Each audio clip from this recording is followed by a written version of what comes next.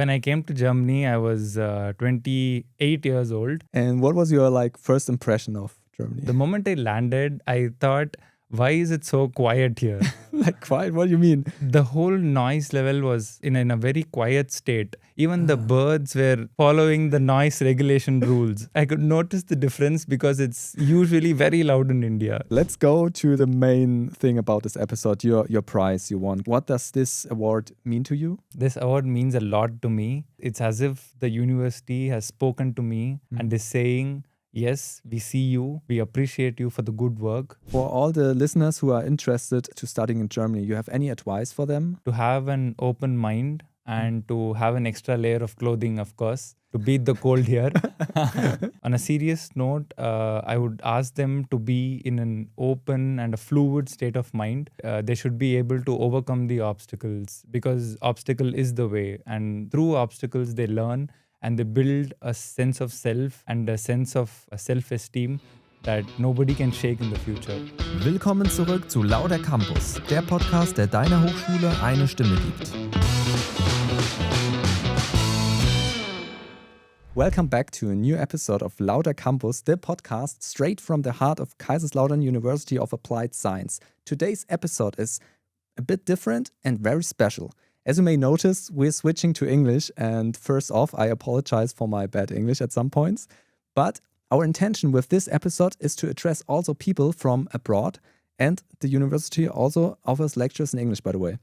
Anyway, our guest for this episode is Zubair Hussain Hamid, a master's student from India who just received the 2025 DAAD Award for his outstanding academic achievements and his incredible support for other international students. Zubair moved from Chennai to Kaiserslautern to study Mechatronics, but what makes his story so inspiring is not just his success in engineering, but the way he builds bridges between cultures. What drives someone to help others navigate to a new life in a foreign country? And what challenges did he face himself? And what does home means when you live between worlds? Let's find out right here on Lauter Campus. Zubair, welcome to the show. It's great to have you here.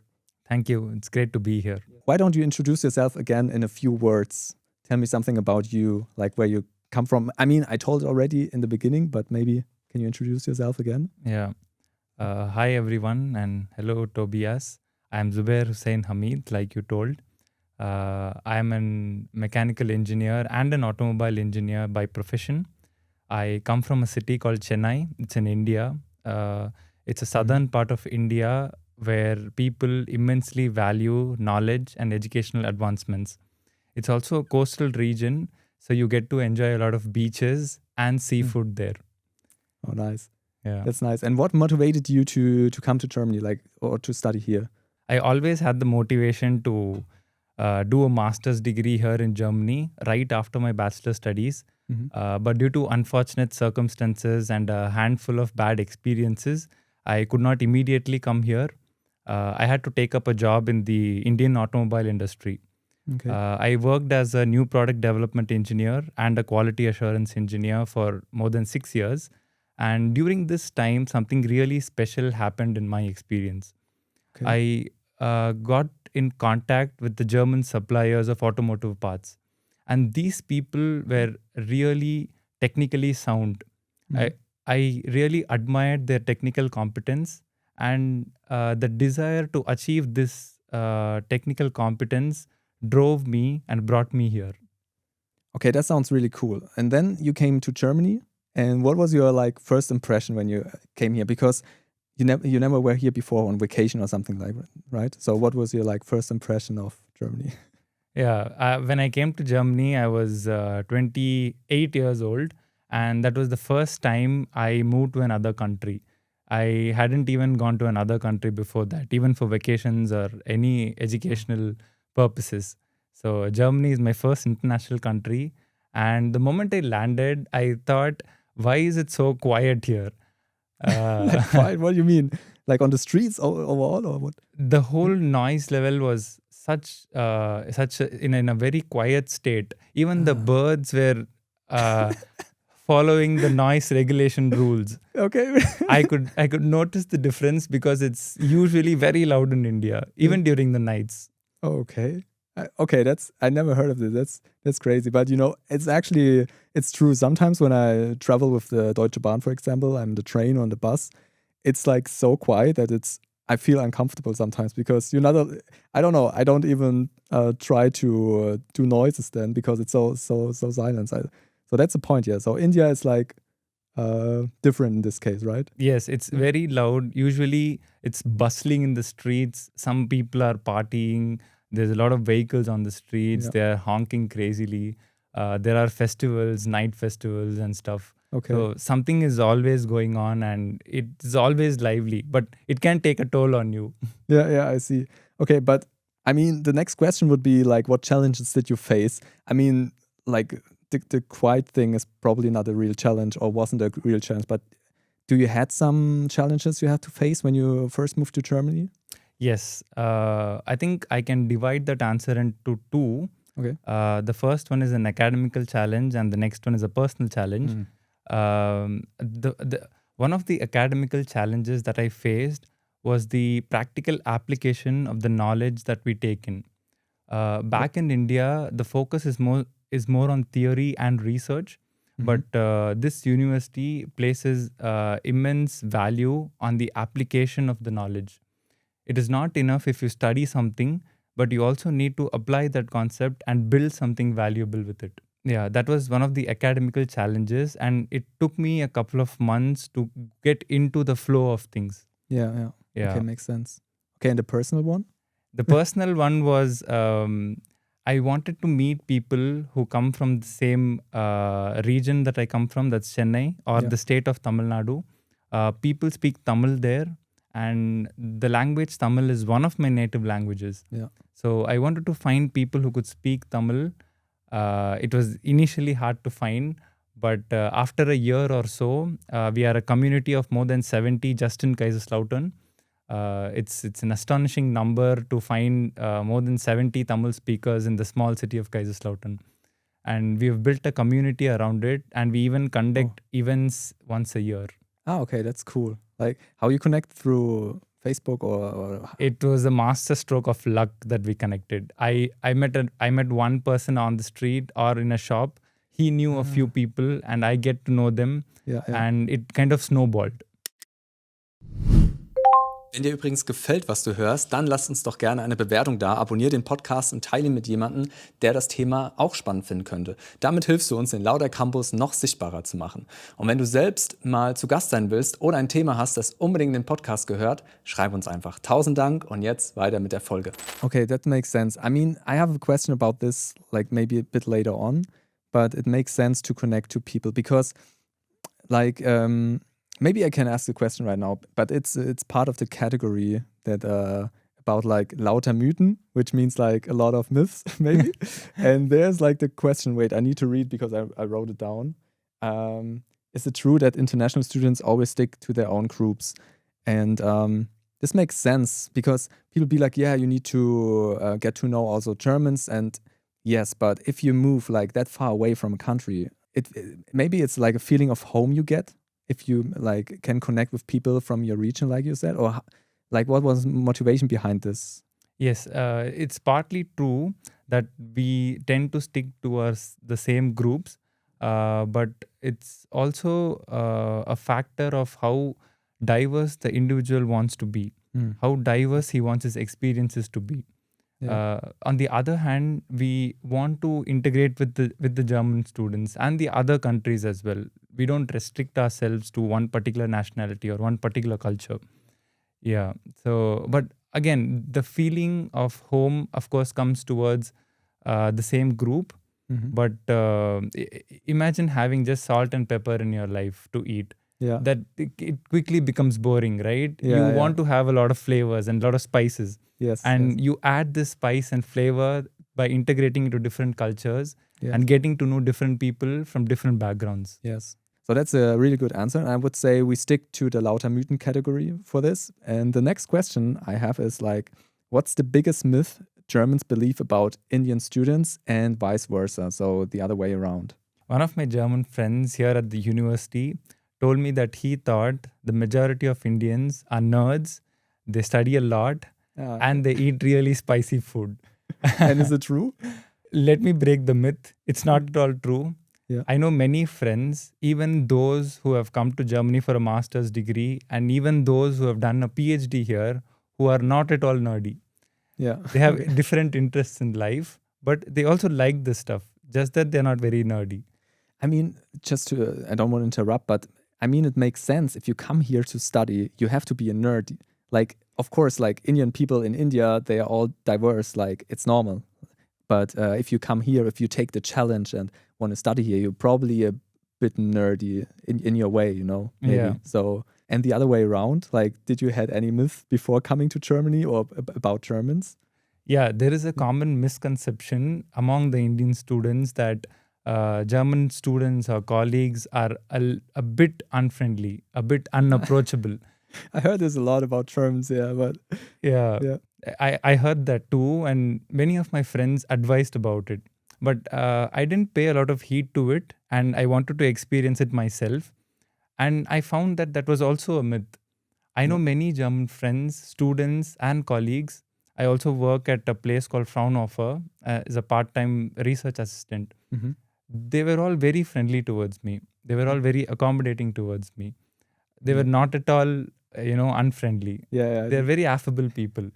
I mean, maybe it's because if you hang out in the public traffic and the people are so silent, and maybe it looks like they're like angry or like not that friendly. But like I was talking to an American friend of mine, and he said that for him Germans are like coconuts because they are hard from the shell, but they're very soft inside. So maybe at first sight, Germans seem like to be a bit not friendly, let's say like this. But if you get to know them better, you get into the inner circle, and then you see, okay, they are also like friendly sometimes. But yeah, I know. But I heard this a lot. That's funny. So for you, it was like the Germans you met were kind of friendly, right? Exactly. Yeah. The coconut analogy was beautiful because it was exactly like that. Yeah. They may look hard at the outside, but once you break in, they have a very soft flesh inside. Sometimes, if you're lucky, you even get sweet coconut water inside. Yeah. And how would you describe Indians if you compare to fruit? What would you say? Indians are mangoes. Mangoes. They smell good. They're really tasty.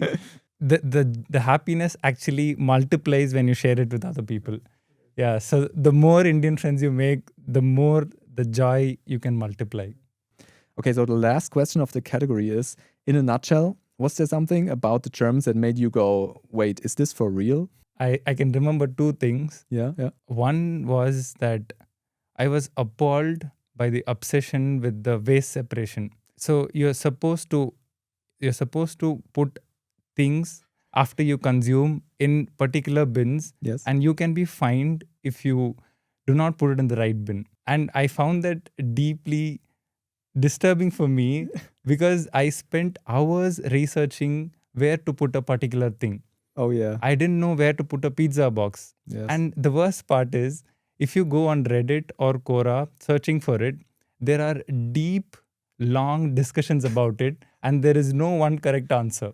Yeah. Yeah. So I've spent, I think, a third or a quarter of time in Germany researching about where to put my product in the waste. To be honest, I think even for Germans it's difficult. Like if I would Google, because I just put in trash like how I learned it, and if I would go for research, I would probably find out that I put in the wrong trash. So I don't know, it's the whole myth, and I totally agree. Like some people get nuts about this and be like, oh, and you can separate it like even more. Like if you get there's a plastic part and you have to separate it. For example, like if you make a tea, The tea bag. yes, you actually have to separate it and put it in different trash bins. Exactly. It's like crazy. Yeah, it was so disturbing for me that I stopped buying things completely in the fear of not knowing where to put it. Yeah, okay. Yeah. That's crazy. Okay, that was the first one. You said you had two? Yeah, the other one was many people here schedule their time down to the last second. It's very scheduled. Every day, every month, every year, even the whole decade is scheduled. it's like even if I want to have fun with you, I have to schedule this fun. I mean, they say I will have fun with you on Thursday, the October 2nd at 4 p.m. Not before that. You cannot have fun with me before that. Yeah. Okay, I can relay on that. I mean, I'm not like this, but I know people, like friends of mine, and they told me that they are satisfied by scheduling all this that make them feel good. But for me, it's weird. Yeah, as well. Yeah. It's good to have a little spontaneity of life, I feel. Yes. That's true. Maybe like, yeah, we have to meet in the middle. Yeah. Because sometimes if you're too chaotic, it's like, it's not good. But being too precise with all the dates, it's also like, it's hard, I guess. Yes. All right, let's go to the main thing about this episode, your prize you won. Can you tell me something about this? Like, can you tell me why you won the prize, what you did to receive it? Yeah, so when I read the document of how this prize works and who can apply and who will probably win it, it was divided into two parts. One, you had to have a good academic track record. You should be a good student and have good grades. And the other part was being socially involved. You should have done something that's deeply beneficial to the society itself. I think I had decent performance on two sides. I think that's why I won the award. And at this moment, I would like to thank Professor Michel Margin. He wrote the recommendation for me for this prize, and I think he wrote it very well, so much that I won the award. Okay, nice. So, yeah, I guess your grades are great, but the other part, like what specifically did you do like for the society? Yes. So I support the Indian students predominantly. Well, I would love to support the other students as well, but it just happens to be that Indian students contact me more often than not. Yeah, makes sense. Yeah. So they contact me just before their departure or after they arrive here. And I found that 10 or 20 days before their departure and after their arrival is a period where they're very vulnerable. They need more help in those times. And that's where I come in. But the students you help, are they just for the University of Applied Science Kaiserslautern or also for other? It's predominantly for the University of Applied Sciences Kaiserslautern. Okay. Yeah, and that's how they get connected with me. They contact me through LinkedIn or through another contact or a friend of mine or through alumni students. But once they get in contact with me, I help them throughout the whole paperwork, through the whole bureaucracy. The German bureaucracy. Yeah, it's hard to navigate that. Yeah, true. Yeah, so I help them from end to end and I make sure the launch pad is solid and ready. Okay, and what does this award mean to you? This award means a lot to me because it's as if the university has spoken to me and is saying, yes, we see you, we appreciate you for the good work, you're in the right direction and you need to keep going now.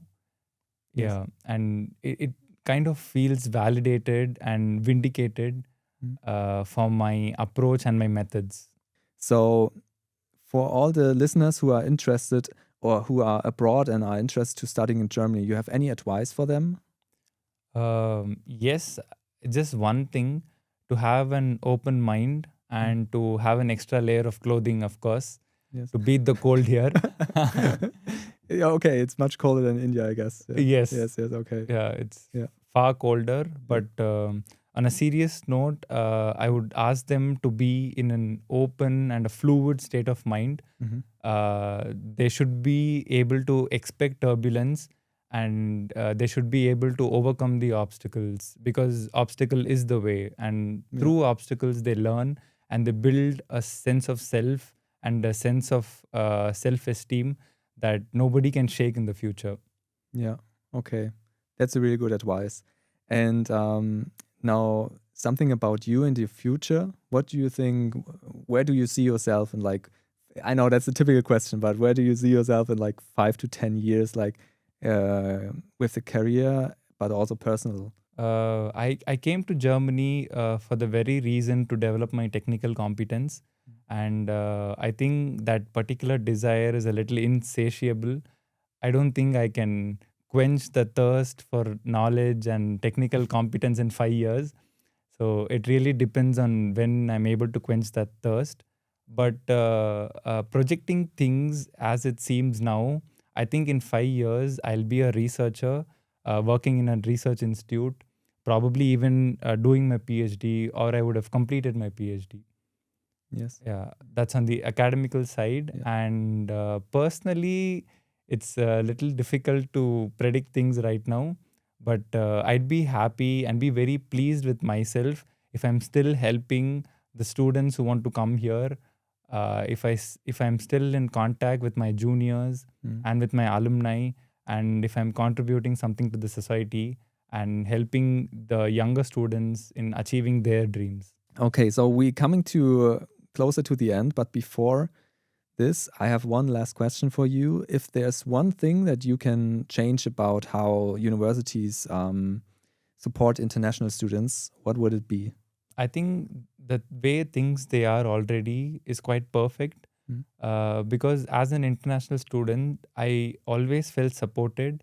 I felt backed and assisted, and I have nothing to really change about it because the point is to make the students feel supported, and if they already feel supported, I mean, I felt very supported. So I wouldn't change anything about it. It's a working system. It's fine, I guess. Okay, nice. Okay, thank you a lot Yep. for this insight. Thank you too. I wish you for the future best of luck. I mean, you're on a good road. I mean, you won a prize. And for all the listeners, thank you for sticking around. If you liked this episode, show us with a comment or follow the podcast. And if you're interested to sit here and talk about your experience here at the University of Applied Science Kaiserslautern, then just write me a mail. And with this said, see you next time. Bye.